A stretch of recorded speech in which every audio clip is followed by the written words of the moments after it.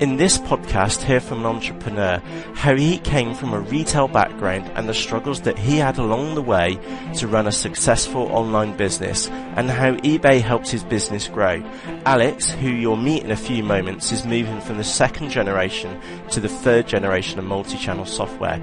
We've also left our discussion in that we had after the podcast was recorded, where we share what happens when you can be focused on a single goal.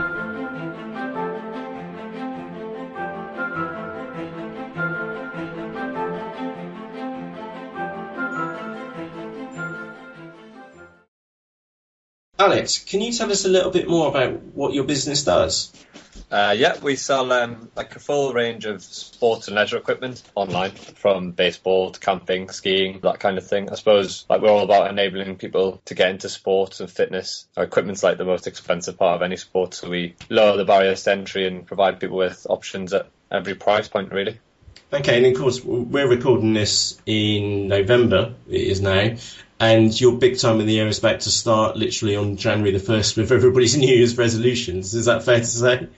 Yeah, it's fair to say. We probably get a later pickup towards Christmas, and then carrying through into ski season and things. We certainly see an uplift from, January, February, definitely. Okay, so how did the business start then? Well, there's two of us, myself and my business partner, both a bit tired of working for others, really, and just wanted to make more money. It's probably a simple way of putting it. Ploughed our savings into taking a punt on a couple of pallets. We sold those, and then a couple of years down the line, we now have multiple revenue streams and probably buy pallets in the 50s. So, wow, yeah, that's where we're at with buy containers now. So when did you start, Alex? When did you say it was 2 years ago? Started, it was June 2011.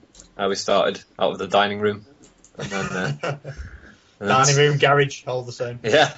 Bedroom. Yeah, and then we moved to a small warehouse, and now we're in a bigger warehouse. I was going to say, did you start straight away on the marketplaces, or did you start your website? How did you get started selling online?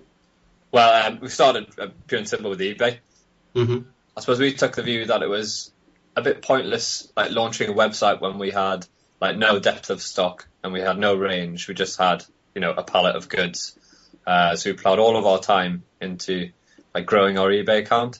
Mm-hmm. I suppose you wouldn't go and hire like a flagship store in a retail park before you'd proven yourself in a market store. And we knew that any money, or any traffic that we would have would derive from growing our product range rather than paying for, SEO or whatnot to lead people to a website that didn't have stock and didn't have a range. So we just thought, we'll go with eBay and people will find us through our products. And we started website development later on, but after going through a couple of development companies, it just, it became apparent that eBay was going to be our main revenue stream, at least for the, the short term, 3 to 5 year period. And was that because of the products which you've got, and because it's such a wide range of products that just suited your business? Well, we tend to focus on products that other people don't have. So bringing products to market where we might be the only seller in the UK that has, that item of American football armour or something like that. So we really did, I don't know, I just think people found us through, searching for a certain brand, and we'd be one of the only sellers in the UK, so they get it from us. Okay. So you've been using some second generation software. How's that worked out for you? Oh, and just to clarify that, what we mean by second generation are the current providers out there which help businesses like Alex's sell onto multiple sales channels like eBay, like Amazon, and their own website. So, sorry, Alex, go for it. That's right. Well, we got to the point where we had 2 eBay accounts, an Amazon account, and a PlayTrade account, and we were just getting, sick of jumping from channel to channel, and printing off various orders and then listing everything multiple times. So we inquired about having our own multi-channel software built. So we had quotes ranging from £2,000 up to £20,000. But needless to say, we chose the £2,000 one in error. We spent 6 months with developers, and they just handed it back when they got stuck. But they weren't specialists, and they just weren't good enough. So then about the same time, we received a flyer in the post advertising some multi-channel software. So I phoned the guy up, swallowed the pitch, and then a week later, we had an account. Then neither of our backgrounds were retail. So at that point, we had no SKUs. We'd moved into the small warehouse, but we still didn't have any warehouse locations. We had no variation products. I think we had about 1,500 SKUs, and we just, remembered where everything was. And moving into that multi-channel software was a very painful transition because, we phoned the guy up and he was like, oh yeah, we'll put all your products on for you. You'll be live in a week and you'll be selling through multiple channels and you'll be able to list to all the channels at once and then process all your orders at once.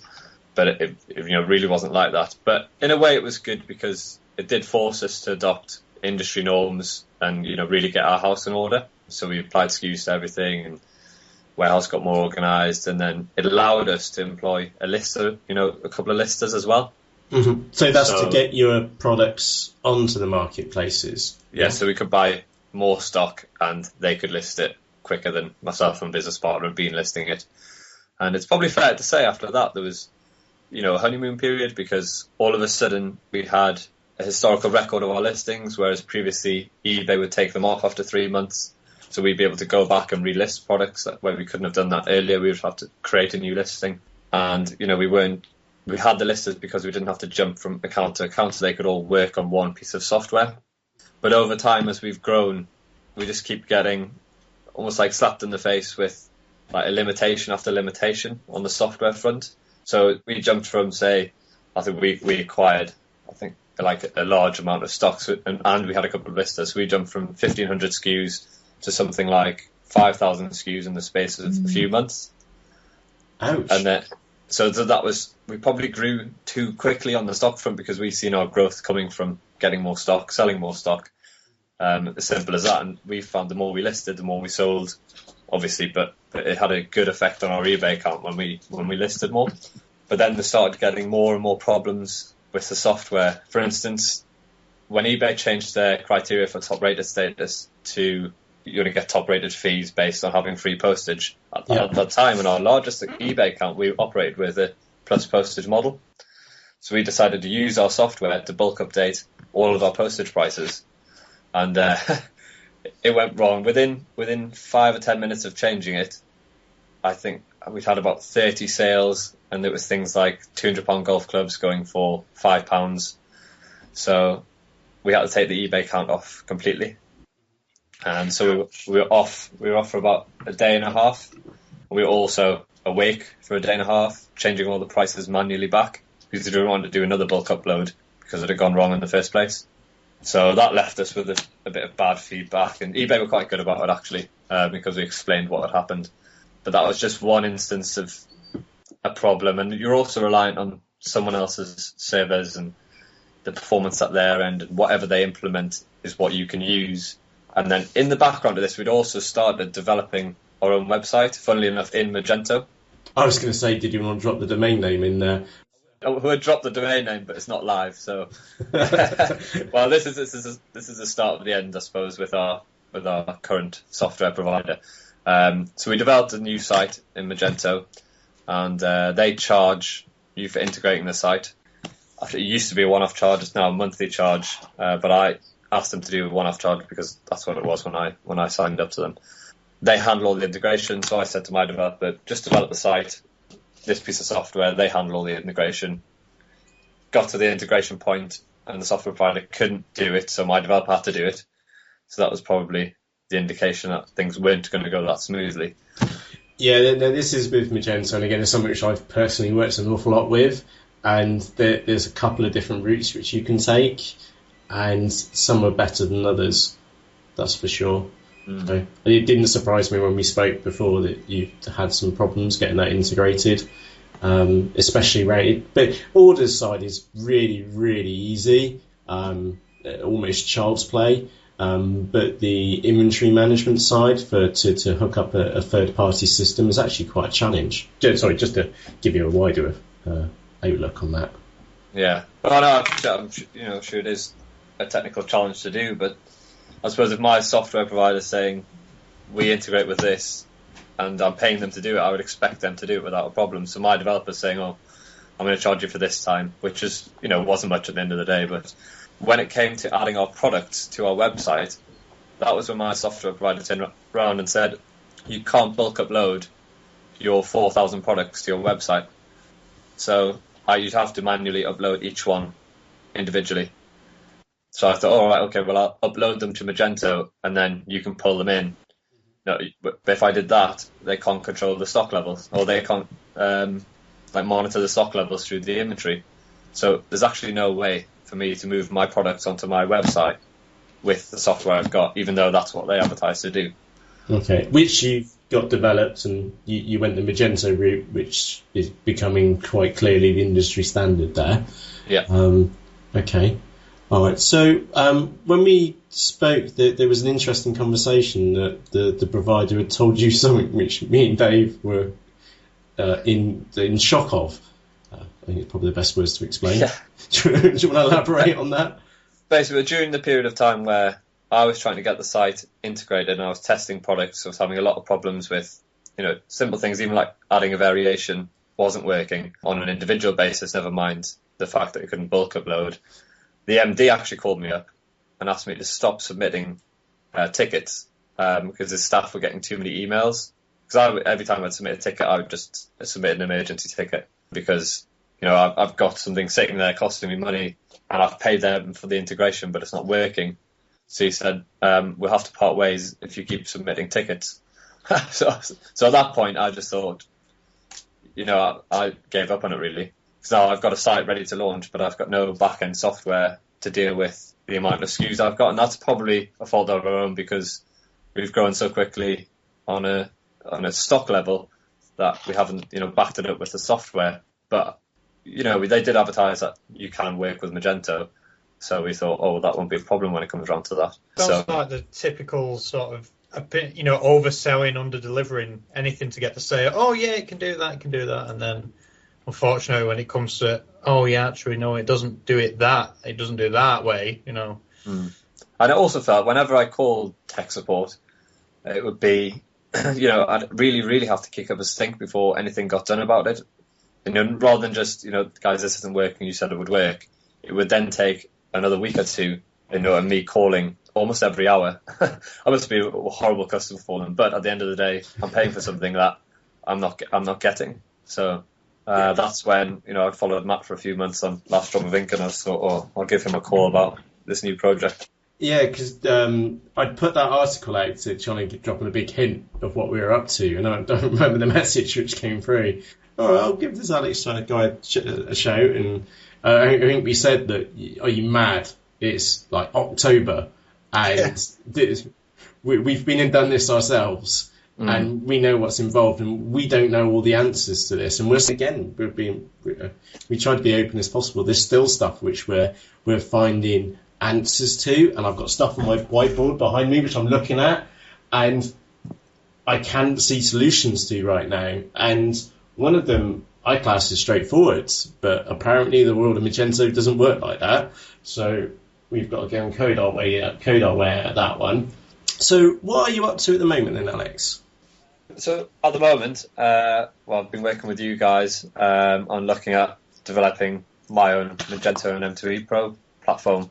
Because really, with that software provider, there's no way that we can grow any further because we just can't do what we need to do. We can't launch our own website, which is the whole idea of us starting an eBay account and growing a profile and having a history of trading, which meant that we could drive traffic towards a website, pick up new suppliers, gain more of a reputation within the industry, gain more customers. And we can't grow our own channel because we haven't got a strong enough back end. So that's what we've been looking at. Is I already have a Magento back end, so installed M2E Pro, installed MagMe, etc.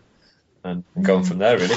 So it's a work in progress, but at least I feel like we are getting somewhere now. Indeed, and if you do stumble into a problem, or you want to put a certain piece of functionality, have you looked around in Magento Connect? Have you looked at the other options which are out there?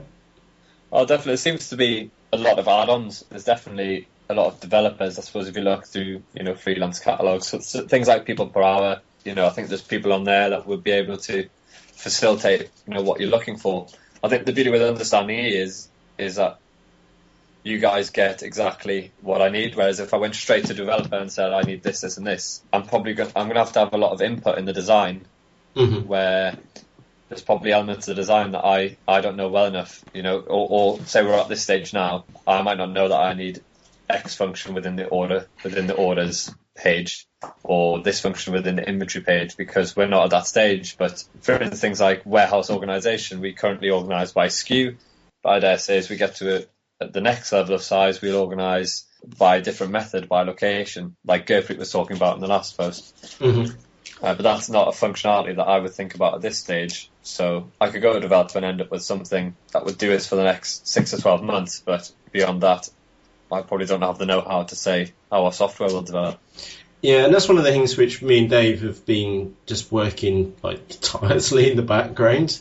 I don't mean that in like a self-promotional way. It's just that we know what this project needs, and some of the answers we find very, very quickly. Some answers we find by complete fluke, and it was Gurpreet who actually showed me his whole system, which he's using Magento for eBay, Amazon, or eBay and Amazon for his own website. And the piece of the puzzle which fell into place for me, which was that he showed me his sales orders screen, and he's actually got the extension which you've been a purchase, which is from Magento, the Ship Easy extension. And when I saw that, I just saw, brilliant, that's eSeller Pro. Color-coded order statuses, so if it's red, you know it's bad. If you tell the customer it's white is good and green is complete, they'll just understand it because it's colours. And Jim's still working on some changes for us as well. Unfortunately, the storm over in the Philippines, which has been going on at the moment, Jim's actually had to move down a country to go and avoid it. But when he gets back and settled in, we've got a dev version waiting for us. And he's been and taken 5 or 6 points off the to-do list, which we gave him. And yeah, Jim's just like really excited because like, oh, why didn't I think of that for it? So we've got a flagging mechanism coming in as well. So the more orders you add, you can actually start running your orders in batches. You can now have logos per store view. So with M2E Pro, when you receive an order from eBay, you can give it an eBay logo. Or if you receive an order from Amazon, you can give it an Amazon logo. Or if you want different logos per store view because of the different eBay accounts, you can then see them back in your order screen. And he's also adding the flagging mechanism. And that's a big one. That's for batch order processing. So you can have multiple members of staff working with multiple groups of orders throughout a day. So at 9 o'clock, you can be processing one batch of orders and you green them, for example. But then at 10:30, you want to do the next batch, but the other person's not finished that lot yet. So that they can move on to the second batch and not interrupt the first person's batch, if that makes sense. Okay. We've been playing around with invoices, and Jim's also got another extension, which PickPack. And that allows you to take an attribute from an inventory record in Magento and actually spill that out onto your picking documents and your dispatch documents. And that attribute could, of course, be your location, which is what Gurpreet's using. And we're mucking around with some other things as well and some other ideas on how we can just try and make it as easy as possible for you. So let's say we roll on 6 months and you've just had the big peak of January. Would you feel comfortable that if you did have a challenge or you needed something doing for your business using Magento and M2E Pro, you would feel quite happy knowing that there is like a raft of developers out there which can help you? Oh, yes, definitely. I mean, I've spoken to developers about, finishing off the project I'm on, and, costs vary, but I think there's definitely, a wealth of talent out there, to finish whatever I might get stuck on. And then it's, when I initially got a quote, I think one of the developers did quote based on a Magento-based system, and that was just for M2E Pro with one eBay store, and they were quoting something crazy like over £10,000. I think it was £12,000, for a website, and one multi-channel on there. Ouch. So I think the value in the system is definitely there. Just I found it so far with working with people that guide me like yourselves and like the guides will be is. It's really, I suppose I'm tech savvy, but I found it quite easy. And mostly I found it, been struck by the freedom with which you can develop your own tool. I don't think Magento is probably as pretty as the current system I use, but I know you guys are working on, skins to change that, and M2E Pro to implement little changes to remedy this. But at the end of the day, I'd rather have a more powerful, customizable tool than one which looks good, but ultimately means we can't grow. And that's because you can innovate within your business. So if you need something, you can go and get it done for you. I think that's the key piece, isn't it? And for our business, we do a lot of one-off listings. So for us, it's not all about working with CSVs and having 100 of one product. So you have to do one listing and that gets you extra trade. For us, it's about speed of listing. So I'm sure our Magento will look very different from another seller with 300 listings where he has, thousands of inventory within that, whereas ours has 5,000 listings and we have one of each product. So I'm just thinking there's one button which I don't think I've pointed out to you. It's in inventory and it's called duplicate. At the top, if you've got an item which comes in again, but it's slightly different, there's a button which says duplicate. Bash it and it copies the details across, and you can use that as a framework. I'd not even considered that until you mentioned it then. I mean, that in itself is such an obvious function. You have Sell Similar on eBay, and we always use that. But moving to the new software provider, there's no duplication tool. So for me, that's just a glaring omission for something that would be so easy to put in, but something that we can't get them to put in because they're not doing any implementations until next year.